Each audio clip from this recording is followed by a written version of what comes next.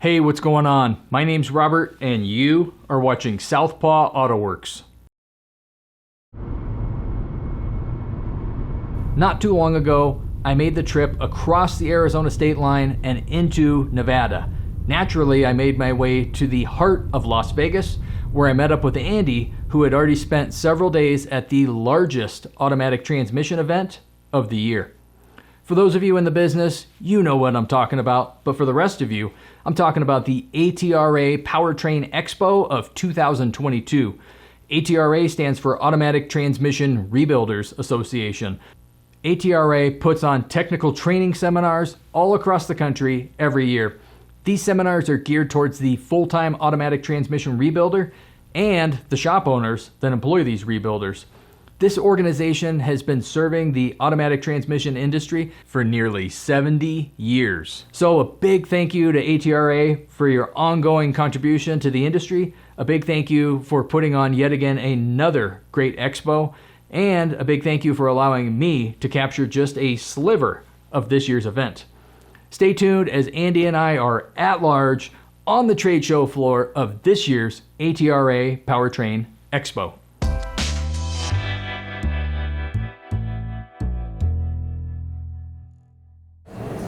All right, here we are, Las Vegas, 2022 ATRA Powertrain Expo. Come out of about 3.5 days of seminars, classes, latest training and information. And what's cool is we're gonna leave the hallway here and go into the trade show floor. We're gonna try and hook up with some of the top suppliers, see some of the latest products, the cool stuff that's out there, hopefully get to talk to some of the people, get them to explain the new products and all the cool stuff they've come up with in the past year since we've been to the show. Our first stop on the trade show floor was over at the Sonax booth with none other than Randall Schrader, who's going to share some tips and tricks involved with locating internal oil leaks on the 4L60E automatic transmission. Be with a test plate like this here, that On a single circuit or individual that we circuit? would test an individual circuit. Okay. And so we're looking for a vacuum reading, of course. Yeah. And so the readings are going to have to be on the left side of this gauge versus the right side. So that would actually be a bad reading. But let's just see. Here's a good reading. I'm on the left side of the gauge. That's going to be a good reading. Yeah. So Up this around 18, this is 20. one time 18 to 20. It could be 16. Yeah. So this would be one valve circuit at a time. I'm just doing one at a time, and it takes a little bit of time. Right. But if I use the bigger test plate, and this is where you got to be creative in the tool making. Uh-huh. So instead of using this plate, I mean I could use this plate here, but it's cumbersome. Yeah. And so I actually use a ballpoint pen chassis. Okay. And cool. all I did was glue little pieces of this tube inside of the chassis so I could put rubber seals on it. But Very high tech. Instead of having to move around, Yeah. with a test plate like this here, I can just go right into the test and just verify. I'm just trying to see what side of the gauge am I on. So I'm testing the whole valve body at one time. And you see the gauges keep going up. Out of curiosity, is the valve body good use? If you ream some of this? Well, this one is good, most of it. Yeah. But there's a couple bad. Okay. So this is good. I'm just showing you all these goods. Right. But now if I come over here, Okay. 10. that's a bad. Okay. I'm on the wrong side of the gauge. Yeah. So these numbers matter. So 5 inches, the calibration here is a 35 thousandths hole. Okay. It's just a hole. And so the more numbers that you know, this is a 15 thousandths hole, just a bleed orifice here. And I always tell guys, just sample things, just see how much it pulls. Right. So you 15, got a record, if you will, a reference. Of yeah. how big is the leak. Right. And so 15, this is a 15 thousandths hole, is right at about 14 inches of vacuum. Okay. If I test anything in the world and I see that number, it's a 15 thousandths leak. Okay. It could be, and this is a 22 thousandths hole, so it's a little bit smaller. What is that, a lockup circuit This or is something? a lockup circuit on the 4L60, and so it's right at 10. But it's just an orifice, 22 thousandths. So 35 would be 5. 22, you saw right just that was 10. 15 was at 15. And so the smaller the hole gets, it's going to go this way here. So the smaller the leak is around the surface of the valve, that's why the 18 go. It's got to go on this side. Okay. In a perfect world, it's like 1 to 3 thousandths around a valve. Mm-hmm. But as time goes on, obviously they wear. It's not perfect anymore. Right. But when we're testing them, as long as the test comes through. Now this is interesting down here. This is a 1-2 shift valve lineup. Okay. And so here's another test that failed. Okay. 10. Okay. How big a leak is that? Another 10. Yeah. No, we just did it over here. Oh, yeah. 22 thousandths. 22. Okay. So this valve has 22 thousandths of a leak around the valve, which is massive. And that leak, because third gear oil goes there when it makes the 2-3 shift to assure this valve goes forward, because they reuse the solenoid for fourth gear. Okay. And that leak burned up the 3/4 clutches. Off the shift And that's valve why leak. you're trying to find the leaks, and that's the invaluable, Right. the point of the tool. Now, what are you guys doing on that out of curiosity? Are you doing an oversize on that valve, or Not on what? that valve as of yet. Yeah. I mean, that ultimately, when you find leaks, and that's the only option is to go oversize. So, Okay. but yeah, we have not on that valve yet. Yeah. Very cool. But the plates, they start off this beautiful color like this here, and as time goes on, then of course they this color. Right. But if the rubber pads go bad, then the pads are available separately. Okay. The pads that go on the bottom. Right. Now, is this plate itself, I don't remember if I heard you say correct or not, is that one that you guys are selling, or is this your in-house stuff? No, we sell that. You do sell That's that? a sell. Okay, So cool. the tooling is a sell. This is not, obviously, this is homemade. Right. If I'm cleaning valves and I got a valve that I'm cleaning with a hacksaw blade, that's homemade tool. A shaft that's going to go inside for a test tool. Yeah, I was just Homemade. seeing that with your rubber. Yeah. On there. But anyway, the thing is, and when I'm teaching the guys, the reassuring is there's nothing that is blind to you. You can find anything in every circuit. If you don't know where to test, if I blow air in a hole, air's going to come out somewhere else. Right. And so I can check the integrity of a circuit. By plugging I just the have other to side, create. or- I have to create a tool to make my test. Once Yeah. the tool's created, we're done. Right. Put in a shaft inside of this to make a test. Right. And then what is this? Just tape or And or rubber? it could be a rubber inner tube. Or it could be brazed. It could be Right. glued. Who cares? But the key is it has to plug the hole, and you always test the tool. So with a rubber tip air nozzle, of course, I'm going to pull vacuum in the holes, and it has to be a perfect seal, like a plug. Right. And then I can install it into whatever and make my test. But I have to make the plug to make the test. Right. And there again, there's nothing hidden. You got a failure, I have to figure out why did it fail. It cost a lot of money. Right. And so, in the shop I teach failure analysis. Right. And you usually start from the failure, work through your the way. supply circuit, and then the very last test is a valve body. Right. Cool. Fun stuff. Absolutely. Well, thank you very much. Appreciate it.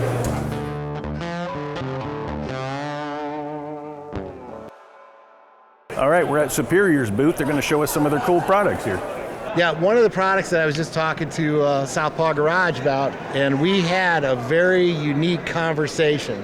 But this is one of our inventors, Rick Bennington. He invented the KO100 series axle tool puller for 6F35, 6T40, 6T30. It also fits The new 9-speed 1950.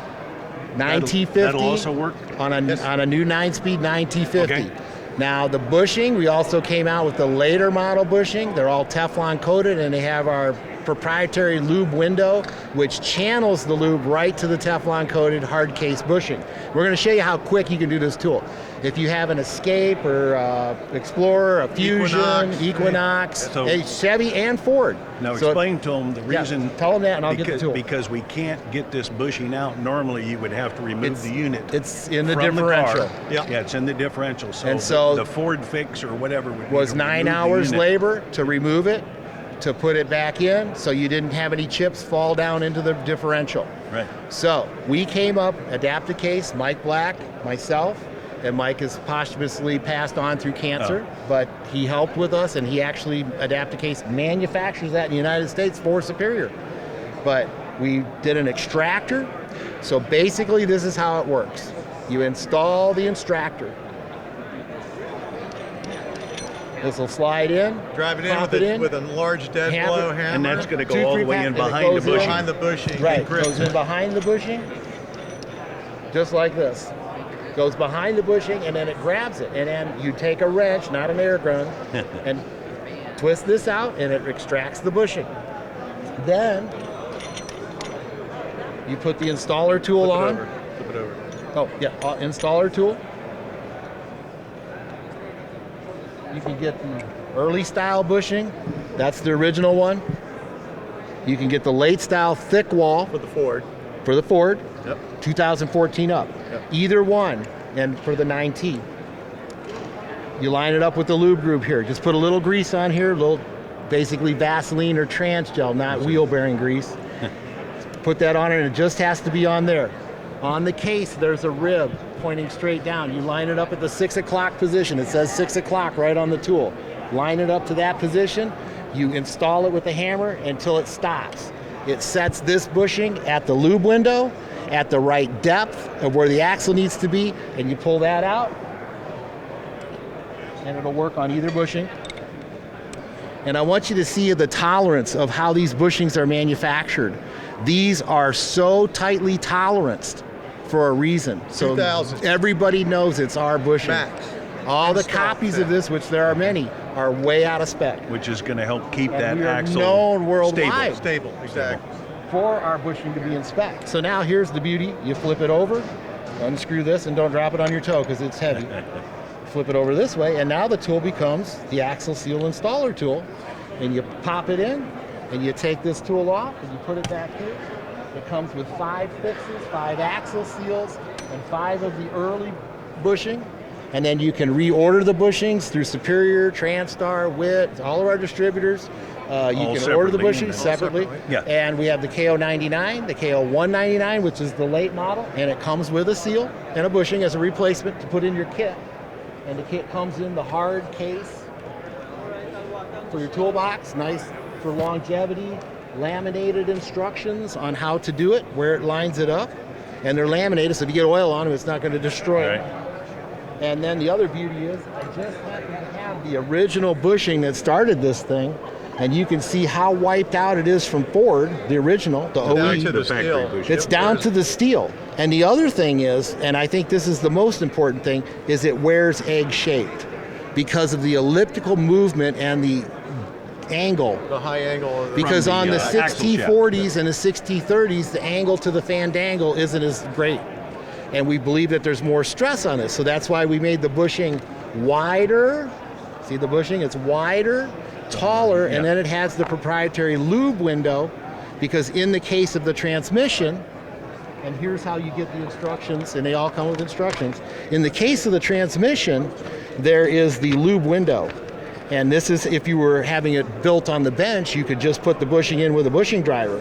But it shows you why you have to line this up, because inside here there's a little squirter that shoots the oil. Now the beauty of it is when it shot the oil through the factory bushing that was thinner, it shot it right past it. It didn't even pocket in it in a bushing. Now ours, it hits here and it pockets it up into this Teflon, and it bathes this in a coated oil lube all the time, even when it's under stress, trying to push it this way, and these bushings hold up. This product has been out now 2011. Yep. basically 10 years, we'll say, that this product has been out. And we have had maybe 2 actual phone calls where they had a problem, and the whole problem was it had wore so far past, not our product, but it wore past the case on the original one, that even though this is hard-coated, they still had to replace the case half. But that's because the customer just kept driving and driving and driving with it leaking.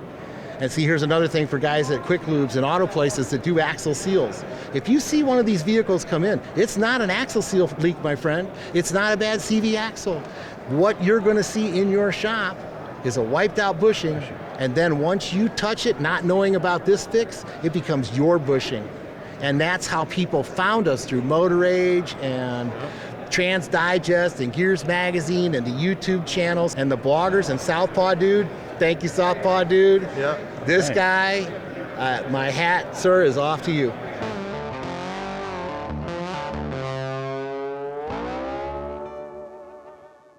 Okay, talking to a gentleman here that's got a new product out for helping the industry and helping the environment.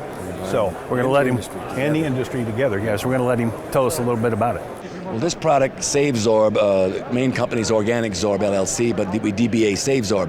SaveZorb product is a core product, is a natural plant material that actually loves hydrocarbon. It absorbs anything that comes out of an engine except water. It's actually hydrophobic, so in the snow or rain, you spill oil, it'll absorb the oil, not the water. These little fibers are about an inch thick, got a quarter amount of water and 3/4 hollow with a little waxy coating. When they absorb a hydrocarbon molecule, it locks it in, encapsulates it, actually starts biomediating it. After about 3 months, it's 80% biodegraded already. So comparable to kitty litter, it takes about 30 pounds of the floor dry kitty litter to pick up a gallon of oil. It takes about 2.5 pounds of this. So now when you dispose it, you save 80% of your disposal costs if you're using kitty litter. And the same thing, instead of a pallet of kitty litter, one 60-pound bag of our product will replace 875 pounds of clay. So it's so much easier for the workers. It doesn't have no silica dust like the floor dry kitty litter does, which is very unsafe. So this is a green product that comes out of the ground that loves and eats any type of oil, fuel, any kind of hydrocarbon. Really unique. How have you got this approved to use, if you will, or whatever, in different states, especially like some of the more restrictive states, let's say like California? Well, we're in California. We manufacture our facilities downtown Los Angeles, and we actually had to pass a test called the fish biopsy test, meaning they absorbed oil with our product, put it in a fish tank with 4 spino minnows, and they had to live 72 hours for us to pass the non-leaching test. For 72 hours, the fish were still alive, so it doesn't leach. Once it absorbs any type of the fuel, it encapsulates and doesn't come back out. So that made us approved for Class 1 landfill, actually, because it never releases it. So it could go in the ground next to plants and not damage the plants, because it's biodegrading the hazardous chemicals out of it. So we passed that test. The EPA certified us. We sell it all over the country, all over the world, actually. We have a distributor in England. We have a distributor in Chile. We have one in Guam with the Navy. So we have a lot of big companies, FedEx. Shell Oil cleans out sludge out the bottom of tanks with this stuff. It's great on paint. Benjamin Moore is one of our biggest customers. It absorbs latex paint. It's really, really unique product. It's changing the game for the companies, cutting their costs, for the environment because it's so safe and green, but for the workers because it's so light to carry around and it doesn't have a chemical that they're exposed to silica, cancer-causing silica dust. So unique. SaveZorb. Yeah. SaveZorb. You go to SaveZorb.com. Yeah, here's our motto. Save your time, save your money, save the environment. My vision when I started this 10 years ago, after being 45 years in horse racing, was to change the industry from the old and bring a new, healthy, green product that's more effective and actually saving on money. Yeah. So pretty unique. I'm really proud of it. Thank you very much. Thank you. Thank you for talking to us.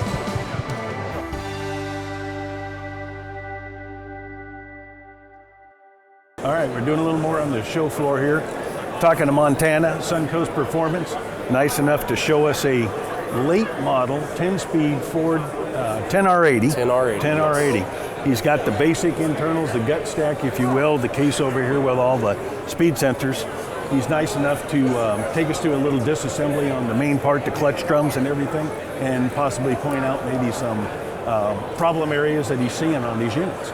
So we'll let him take it over. All right, so starting off, give you guys some background on what we do at Suncoast. Anything transmission converter related, we really try to specialize in performance. So this particular unit that we're tearing down has been lightly modified with our clutch packs, and where there were failure points, we're going to talk about those and what we did to correct that. So starting off, we have emptied the case already. These would be your A clutches. If you were to pull your pump assembly out, these would be the first clutches that you've seen. Behind the pump. Yes. But moving on, this is really the main guts of the transmission. So we're going to work our shell off out of here. Now we are from Fort Walton Beach, Florida. I tried to pre-oil everything before I left. We drove out here and there's some surface rust that's gathered up on some product. That's what this is, yes. So now pulling this off, you're going to notice our main shaft comes with us. So this is the shaft that runs all the way through and splines into your converter. One shaft in the trans. Now this drum that we are working on pulling out here happens to be our first part, first point of failure, if you will. Whenever we got started messing with this transmission, in late 2018, we didn't want to go and attack it like anybody else would typically. You know, we can go and throw a bunch of clutches at it, and that doesn't really teach us anything. We need to know what the failure points were. So we took a stock 10R80, threw a blower on a 5-liter in a Mustang, and proceeded to abuse the crap out of it. Break it. And this is the first point of failure that we actually ran into, was our E-drum. The clutches in the E-drum would get smoked. If you look at a clutch apply chart, E is doing a lot of work, especially up in the gears. You know, it's not applied in your lower gear sets, but it is applied in our higher gears. And that's where your biggest engine load's going to come from, where a lot of drive time is going to be spent. And it has quite the job off-coming, on-coming, and capturing all of our speed and pulling that engine down. In multiple gears.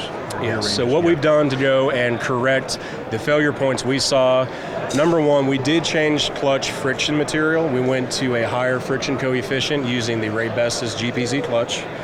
Now, what sets us apart from a lot of other people, you know, you can go and add clutches to this, which is inadvertently what we did, but the biggest benefit with us, if you guys take a quick look here at these steels, we've actually maintained almost OEM thickness on all of our steels. So that gives us better opportunity to go and disperse heat and not transfer that through and warp anything or fisheye anything like that. Okay. You can purchase those direct from us. They're pre-assembled, but and those were Ray Bestis. Those were the Ray Bestis clutches in those. So this whole transmission actually is going to be Ray Bestis centered. This would be, if you called up and ordered like a Category 2 transmission, about 1,000 horsepower transmission. Okay. What you see on this table is what's actually going into it. So moving along here, on some units that's had mileage, this is our P3 Planetary and our P3 Sun Gear. Now this transmission it's never been ran in a vehicle. This would have been ran on Ford's test stand, and that's it. Or whatever. Right. You may be able to see some light witness marks. I don't think it's going to show up on here. I see a little something around the outer diameter, maybe, but they mainly wear on this inner radius right here. Now, if you notice in this transmission, throughout it, there's not many bearings, there's not many thrust washers, anything like that. So this is actually riding directly on that, okay? From the factory, 2018, 19, 20, and 21, these units only had 6 PSI of lube pressure running to them. So 6 PSI for the planetaries, your cooling circuit, cooling the clutches, converter charge. It's a very low pressure, and that was a first point of concern for us. We have our pump and valve body displayed out here. I will talk very briefly about it. Those are on pre-sale from us. I'm not trying to sell anybody on anything, but the facts of this unit, these are sold in pairs, pump and valve body. Okay. We're actually raising our lube pressure to 20 PSI with this pump valve body combo. Okay. What we're also doing is raising the maximum pressure that you can see from that pump. We're actually up to 420 PSI on this pump while still maintaining the factory blow-off circuit. So there's no chance in over-pressurizing more than what we deem is acceptable for it. Okay. We're also, in the valve body side of things, we're touching base on the TCC circuit. The TCC leaves a lot to be desired from factory. We've seen instances where it takes 1.2 seconds for the converter to hit full lock. So we're actually correcting some of those issues within the valve body, smoothing out some casting, changing some valves around in the valve body, and achieving a lockup time that's actually 1/3 of what the factory is. So without a comfort issue, without a bump, Well, Andy, when we're talking about 1,000 horse, I don't think comfort's always there. Okay. That's a more extreme. That's a more extreme facet of it for sure. But this valve body can be used on somebody that's towing, their work trailer, or if they want to take all of the advantages of that, they can go flash in a hot tune and really slam shift. So, moving along, let's see if we can pop this out. This is going to be probably the most important piece that we talk about in here. This would be called our triple drum. So it houses our C clutches, D clutches, and our F clutches, okay? Once we moved along from our E drum having its failure point, moving right down into the F clutch, that was the second thing to really give us trouble burning up until recently, as a matter of fact. So we attempted to combat it the same way as we did the E drum. We added capacity to it, went to a more aggressive friction, and that helped. We stopped burning the clutches up, but what we were doing, come on now, there we go. What we were doing though, the steel was actually taking all the abuse. The steel would warp, the steel would fish high.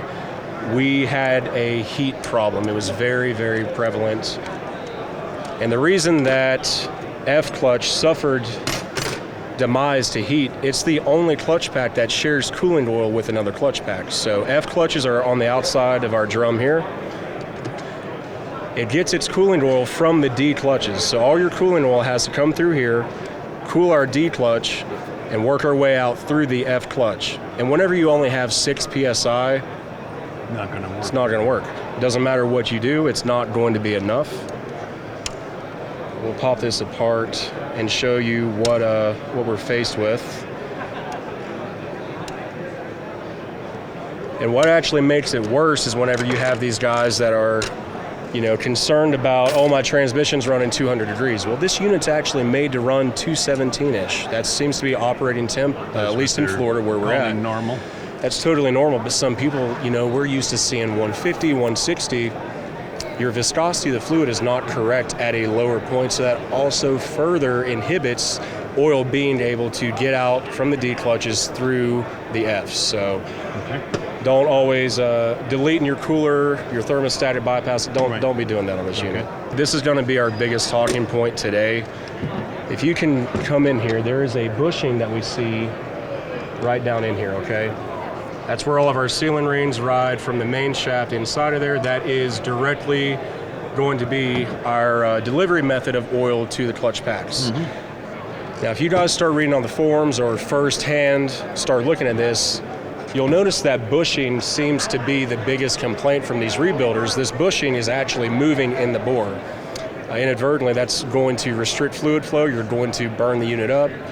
A lot of guys are reporting when that moves, they lose everything after second gear. It just won't move because there's no oil to it. So for you DIY guys out there, to pay extremely close attention to that bushing.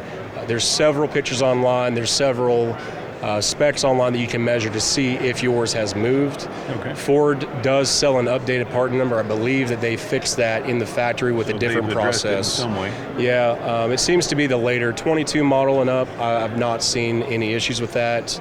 Then again, the 22s also increased from the factory their lube. So Ford knew some things were going on, but they've addressed those issues, and I really think this unit will be around for years to come. I know they're slated to be between all 10-speed platforms, 10R60, 10R80, 10R140, the 10L1000 that's in the Denali, the 10L90 and the Camaro. All together, you're going to see about 28 million of these transmissions circulating in years to come. So if you guys are DIYs, everybody's messed with a 4L60 at some point, right? 4L60 doesn't even touch those production numbers. You're 30% of those production numbers, roughly. So this unit, for rebuilders, it's going to be our last hoorah, really. This will be the last platform, I believe, that we see come to market to work on. So, any other questions that we can talk about here? Anything your viewers might want to talk about? What about, you've talked about it in performance application. Are you guys using any additional tuners or anything when you're working with these, the HP or? Yes, Andy, that's a very good question there. Yeah. So by far the most popular form of transmission tuning on these will be using HP tuners. HP tuners has thousands of mappings within this. You're able to custom tailor drive mode. So your normal drive mode, you have one TCM file. You can have another TCM file for snow or terrain. Sport mode has another TCM file. So within that transmission tuning, you can switch it on the fly. You can have some that shifts so easy, it drives like a Cadillac, take grandma to church in, go and put it in sport mode and go out there and start street racing with it and get third and fourth gear rubber with it. It's a very very neat to see how far technology has advanced with this unit. Are you aware of any, what would you say, aftermarket or standalone computers where the hot rod guys will be able to take and put this in a standalone application? Yes, there's some retrofit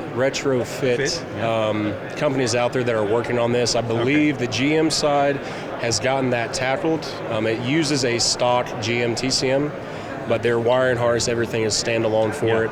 I haven't seen anything hit the market yet for Ford. I know there's talks of it. There's supposed to be something in the works, but if they could do it with the GM side, I'm sure they can do it with the Ford side. I will say this too, right now with HP tuners, the Ford mapping is opened up a lot more. There's a lot more adjustability, a lot more fine tuning that you can do. So biggest things that people do go and change, obviously your shift scheduling, they change that. We change how we modulate that clutch coming on. We would go, if we're in sport mode on an 800 horse car with this kit, obviously we want to go and hit the gear instead of slowly apply, so they mess with that. Line pressure, and then the biggest thing also, there's a ton of adjustment for our TCC, for lockup coming in. And with that valve body, like I said, we're actually cutting the time down to a third of what it is stock. Right. And we can walk over, I know you guys like to see some bling bling, so we can go walk over there and see some hard parts that we offer outside of the transmission for that 10 speed. We can do that. Cool.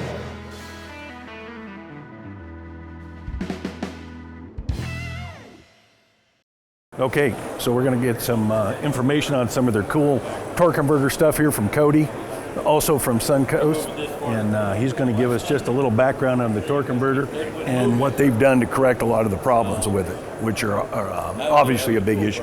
Right. So yeah, with the factory converter, you're not so much getting like a burn-up converter as much as just chewed up paper. So your lockup's always it's a clutch material. Yeah. And this pump, this is a 3-pass converter, so it's a little unconventional than some things people are used to. So on here, you're gonna have this extra material out here, and this is just stamped steel. Well, on the turbine, your clutch is actually out here on a conical surface. So you're getting a radiused clutch paper that's locking up into this pump, which is, again, just stamped steel. So it's inconsistent. So with the inconsistency, these converters, Ford love to manage NVH, the noise, vibrations, harmonics, and also with the latest craze of fuel economy, efficiency. So these things have a lot of what they call soft lock. Okay. It's a designated amount of slip on that lockup. Right. Well, with that inconsistent surface here, that clutch is just rubbing against scratches, high spots. So it's not necessarily burnt, it's just ripping it to shreds. So the way we got rid of that was basically had to reinvent the wheel. And we took our zero drag technology that we use in our 6R140 and our Turbo 400 stuff, and now have a dual or a quad disc, lockup. And this thing is just separated, locks up by hand, like such. And we now have a billet cover and everything. So your input controls your lockup, your valve body, but it feeds via the input. Locks up this piston, or shoots this piston into that basket. Right. And the billet, of course, we're making solid so that we don't have the flex. This is actually 70-75 billet, which is plate. Okay. That we get water jet out round and we mill it from there. Okay. We go and modify the pump, and this is our weld ring. So your pump will be welded here, and your cover bolts in and everything, so making this a serviceable unit. Yeah. Whereas factory, it's all weld together. If you want anything to do with it, you have to cut it apart, get it all back together and whatnot.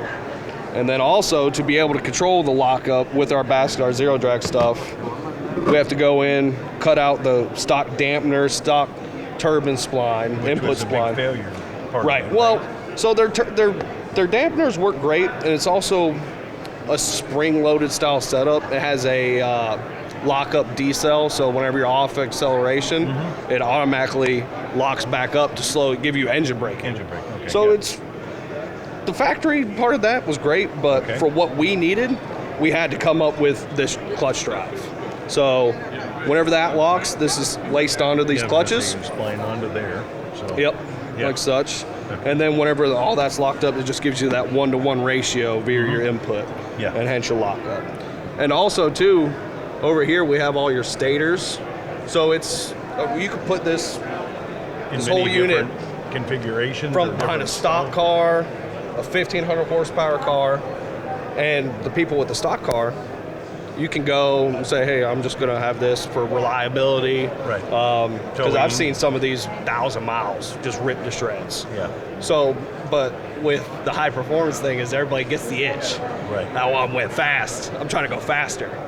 So say you want to go Pro Charger, you could take the same converter, put a different stator in, you're right where you need to be to get your power range, stay in there. Changing the stall speeds around. Say, hey, I want more top end. You want to get away from Pro Charger, go big twin turbos. Right. Stator swap, you're there too. Right. So it's just a versatile unit that has been working out great for us.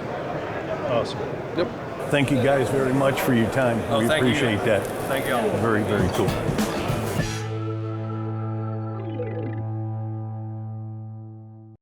Once again, a big thank you to ATRA for putting on another great powertrain expo. And a big thank you for allowing us here at Southpaw Autoworks to capture just a sliver of the event. It's important to note that there was a lot more real estate to be covered on the trade show floor. There were a lot more vendors, parts, products, services, and what have you that we could have featured in this video, but we're just sharing a sliver of what goes on. And it's equally important to note that the trade show is just one aspect of this 4-day long event. Want to get the full experience? Consider joining us next year in Nashville, Tennessee for the upcoming ATRA Powertrain Expo. As always, thank you so much for joining us here on the Southpaw Autoworks YouTube channel. Thank you for listening. Speaking of listening, we would love to hear from you, and you can be heard. It's as simple as dropping us a line in the comment section down below. Once again, my name's Robert, and I will see you next time.